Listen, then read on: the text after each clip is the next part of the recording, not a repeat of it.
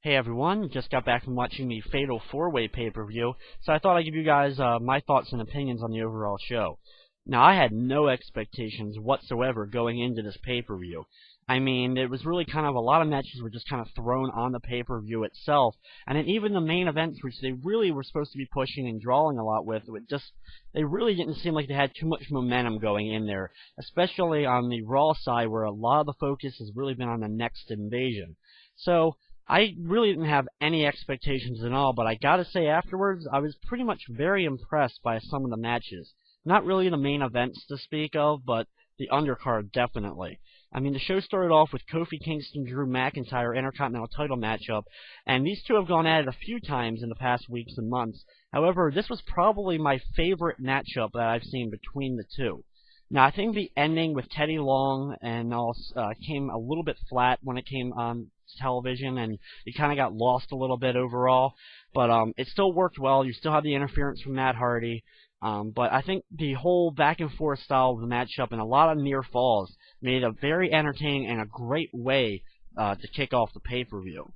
Now, next up was the Divas Championship match. Now, we were having a few little difficulties, so I didn't see every bit of this matchup, but from what I saw, typical Diva affair. I am not a huge fan at all of Eve Torres. I really can't stand her at all, especially her in-ring talent.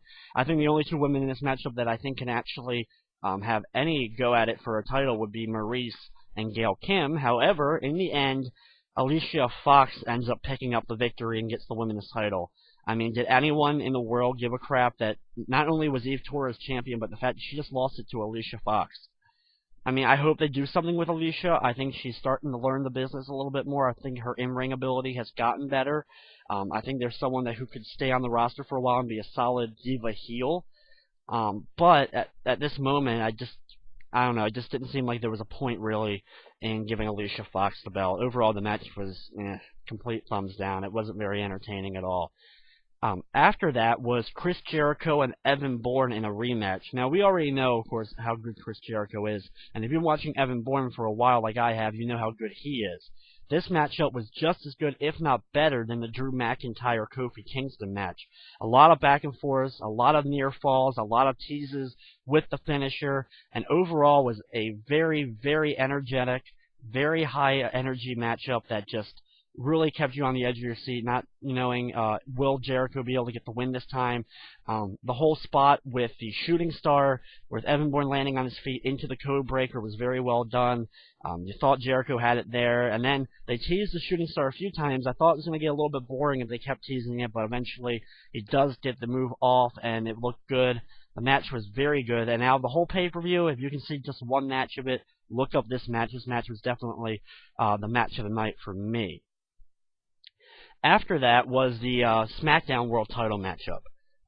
Big Show, CM Punk, Jack Swagger, and Rey Mysterio. I gotta admit, I don't watch a whole lot of SmackDown all the time, but from what I've seen, it's been a lot of build-up, of course, with the whole Kane storyline of him trying to avenge his brother.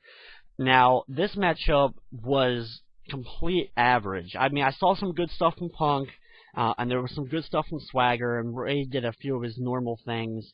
But overall, it was just kind of really a bland overall match. It didn't seem like anyone was really caring a whole lot. I was happy that Swagger got a little bit of a reaction. He's not really getting like a big ovation or boos at all during his entrance and all, but he's starting to get there. They really, really dropped the ball here, in my opinion, because they gave Ray the belt. I don't know why Rey Mysterio is now world champion. I guess he's bitched and moaned enough in the back that they decided to give him the world heavyweight title again. But in my opinion, if you complain that much for all that stuff, you definitely aren't getting a world title. Also, you injured The Undertaker and put him on the shelf for a little while, one of your big drawing stars. And yet he's rewarded with the world heavyweight title. It just didn't seem like it was fitting. I don't think it really matters to a whole lot of people. I know he has a big fan base. I've always been a fan of Mysterio, but giving him the belt right now and taking it off Swagger, wrong move. They should have kept it on Swagger, kept pushing him as the heel on SmackDown, and it would have continued to get over, and eventually you could have a real playmaker in the heavyweight title picture in Jack Swagger for a while to come. But now, when he doesn't have the belt, he has a good possibility of falling off the radar again and just getting lost in the shuffle, and you lost your opportunity there. So I think it was a very poor choice, and the match overall wasn't very entertaining. I mean, the whole ending and finish came with Kane interfering, taking out CM Punk, and that allowed Rey Mysterio to hit a splash that ended up getting the pin. Really, like I said, just complete bland match. Then there was the Miz R-Truth U.S. title matchup. Miz came out rapping the R-Truth theme, which was kind of entertaining, but it seemed like he lost his third verse on the whole entrance. So it was funny, but it could have been probably even better. Miz and R-Truth in ring, it was a good match. It was I don't know if it was up there quite with Kofi and Drew, or definitely not as good as Evan and Jericho on the show, but it was still probably the third best match on this card. Very good match from both men. I'm always extremely impressed with how good Miz has been and how much better he seems to keep getting in his matches, and I'm glad that he was able to retain here and keep the belt and keep pushing the Miz as a good top upper mid card heel on Raw. It works well for him, and he's probably going to be able to make a lot of money and WWE a lot of money if they keep pushing him the way they are. After that was a 6-person tag between Hart Dynasty versus the Usos and what's her name? I can't remember her name. Tamina. Sorry, I had to look that at the screen for that. Anyway, this match was completely thrown on the show out of nowhere, pretty much. I mean, there was no real build-up for this particular match. Now, of course, we've seen the feud between the two groups, but there was no pre-involvement of actually making this matchup. So I gotta admit, being probably the first time that most have seen the Usos, it was an okay debut for them. I mean, I know they already had a match on TV. They fought, I think, Goldust and Mark Henry, but for most audiences, it's probably their first chance of seeing them. And it was overall an okay 6-person tag, and there were some good spots here and there, but the crowd wasn't into it. They really don't know who the Usos are. I think it should have been more build-up. And also, if you're building up this feud, why is the Hart Dynasty getting the win? You would really think here, especially since it's non-title, if it's just a 6-person tag, that you would definitely put the Usos over in, even in cheap heel fashion, so that you can continue the feud with Strong. But now the Hart Dynasty's beat them, so I mean, are you going to keep pushing them, or because they weren't impressed a few weeks ago at house shows, they didn't impress officials, that the Usos are going to be de-pushed already and taken off? I don't know. We'll have to wait and see what happens with that, but I thought it was a bad move to have them win. Now, granted, neither Uso took the pin. It was Tamina getting pinned by Natty Neidhart, so we'll have to see, but it was just an okay match, completely just okay. And then it was the world title matchup, the world heavyweight title, Cena, Randy Orton, Edge, and Sheamus. And this was a really good 4-way. It was a lot of teases for the finishes. There were some few cool spots in it overall. Orton's not 100% yet, so I'm not surprised Orton didn't do a whole lot in it. They still continued a lot of Orton and Edge, so I still expect them to be feuding after this. But the whole thing ended with the next guys beating up some people in the back, then coming out, attacking Cena. And after they beat up Cena for a while, they start, Sheamus comes in and ends up getting the quick pin. Sheamus is the World Heavyweight Champion now. And then the next guys chase Sheamus off, and you just end the pay-per-view with Orton, Edge, and Cena all still laying out around ringside.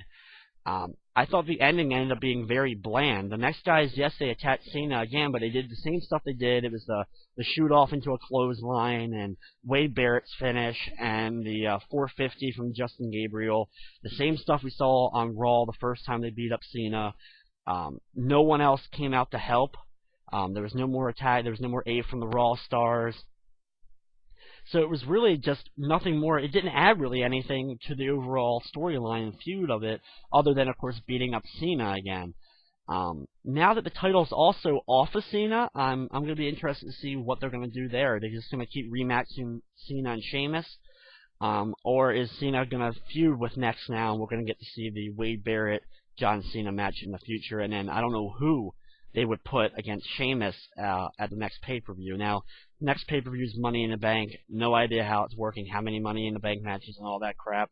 But overall, Fatal 4-Way was a great undercard with a mediocre finish. I was not happy with the main event in the end. I thought, like I said, this one, the way it ended, it didn't seem right. It seemed like something else was supposed to happen, and it didn't. It kind of just felt like you were waiting there for an extra 2 minutes or so with everyone down, waiting for something to happen, and they just cut it. That was the end of the pay-per-view. So I don't know what happened there. It was kind of like, huh? So it didn't add anything, and but like I said, overall, good show. Definitely check out the undercard. Check out the Jericho Evan Bourne match. Check out Drew McIntyre, Kofi Kingston. But you really didn't miss a whole lot as far as these main events were concerned. Some poor title changes overall, in my opinion. But anyway, guys, thanks for watching this, and I hope you enjoyed.